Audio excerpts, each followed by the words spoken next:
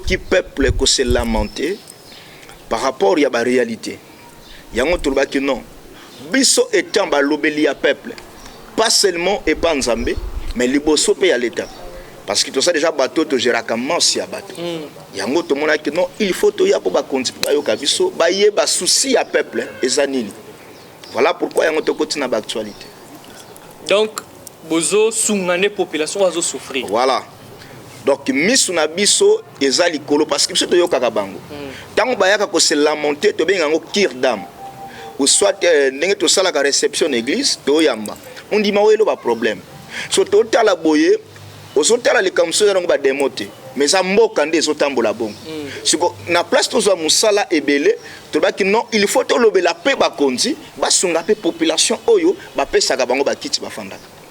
Sans unité, mboka ekoyi ko développer te.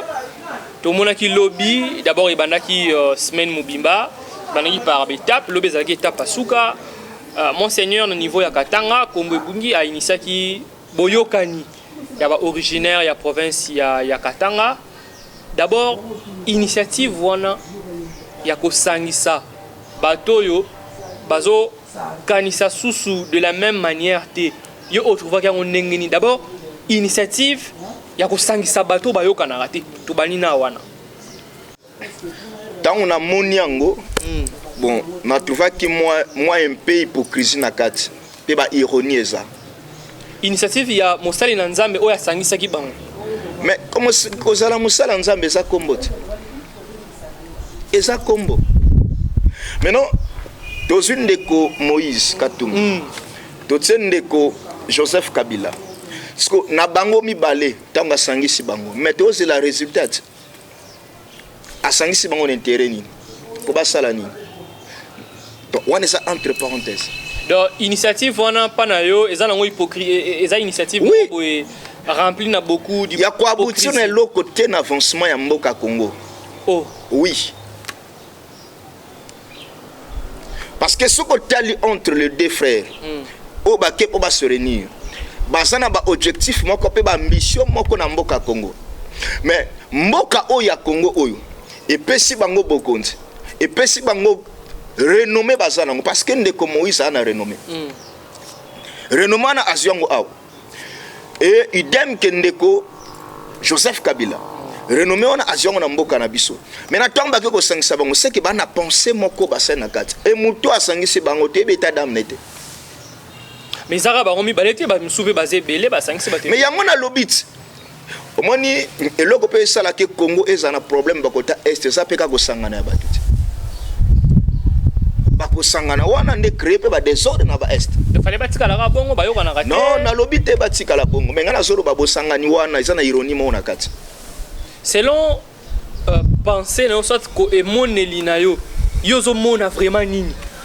Na kati wana. Biso ndeko dieto aba prophète. Tout ça ba prophète ya malheur te mais tout ça pour na ko avertir peuple. Okay. Un prophète c'est quelqu'un qui a ko avertir peuple alongwa na pongi ala muka. Voilà pourquoi biso to yaka lokana champ du coq. Donc soso ala muka na ba 4h 5h abandi ko ganga pot basani bala muka ba ke tongo tani. Ndi rôle na biso yangwana. Na lobi résultat na ngoto ko mona ngolobi.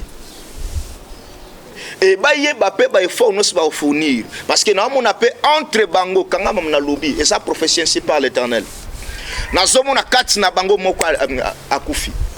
Oh oui. Entre Kabila na Katumbi. Na lobby le quoi prophète. Pendant zo poser nga question na moni liwa na moni cercueil batie drap. Na drapeau ya mboka na biso. Ndenge tozabo avant 2025. Na entre deux personnes wana nazomona ebembe. Kabila na Katumbi. Ainsi par l'Éternel. Na lobby onga namoni. Namoni assassinat entre bango mibale. Yango na biso eloko wana soki sango soki nanya sali. Ya le loko moko na kati. Donc entre deux bazala mayele. Ya na piège moko na kati. Namoni cercueil namoni batie drapeau ya mboka na biso likola cercueil mais namoni moko na bango entre ndeko Katumbi na ndeko Joseph moko azatalali. Pour la koyebisa yo ke eza ironie. Ah, mambo yo ekomi somo hein. Donc et là nango kumo bazo préparer mon qu'on a bango préparer moninga coup. Ainsi par l'Éternel. Mais prophète, bon, même si ils ont une réconciliation à soloté, mais unité, ils ont toujours prôné pas peuple mu Congo.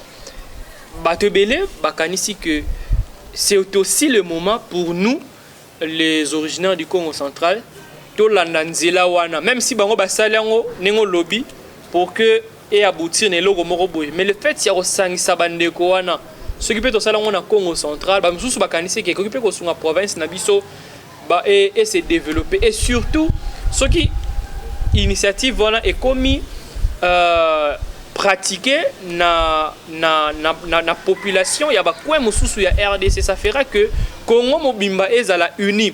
D'ailleurs dans ba élection ya ba gouverneur et outio les cas on a vu presque ba candidat nyonso banayi koloba que une fois élu a robana na cohésion provinciale. Donc en quelque sorte cette réconciliation, même si le biki yo zone di manongote et ko kipe ozala eloro mongo be biso ba Congo to kipe ko landa. Ndeko di omoni makambo ezo sala na mboka oyo. Peuple congolais a muta sentiment des fois. Tout ça lokola mandala na nzeta mbila mu PPI na gauche tokei, na droite tokei. Mais mboka na biso ezotekama. Mboka ezokende. Na batu ba okamba biso misu na bango ezomona sute ba comprendre sous vérité te.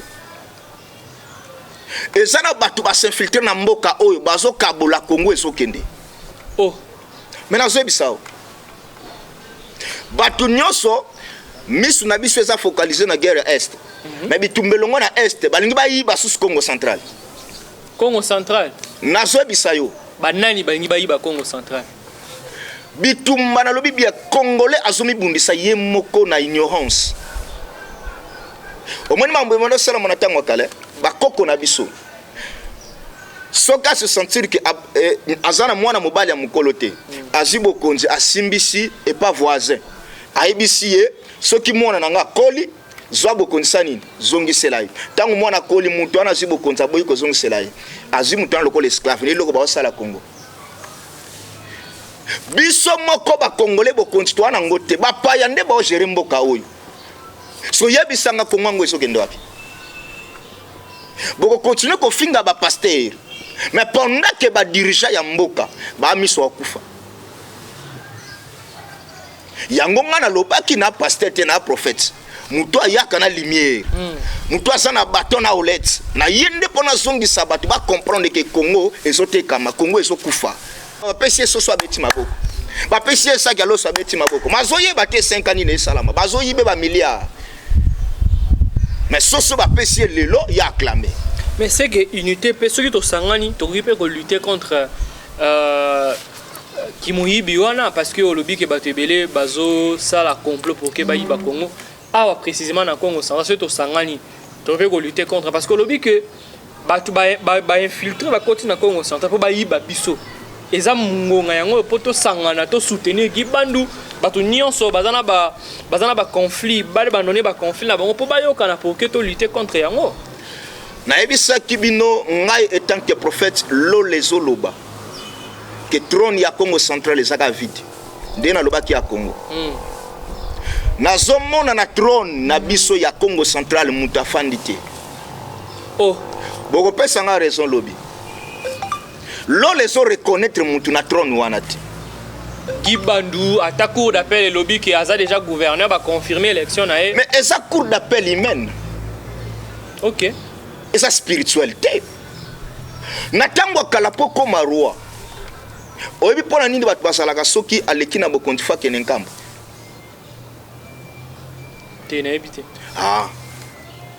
Parce que il y a un pouvoir moko confirmer ka bokonzi ya mukonzi nyoso ya mboka na biso na nkamba. Do yango Gibandu akenangi nkamba. Mais est-ce que loko ni salamaki? Akendaki yemoko te bakendaki belé. Bangono se bakendaki nkamba.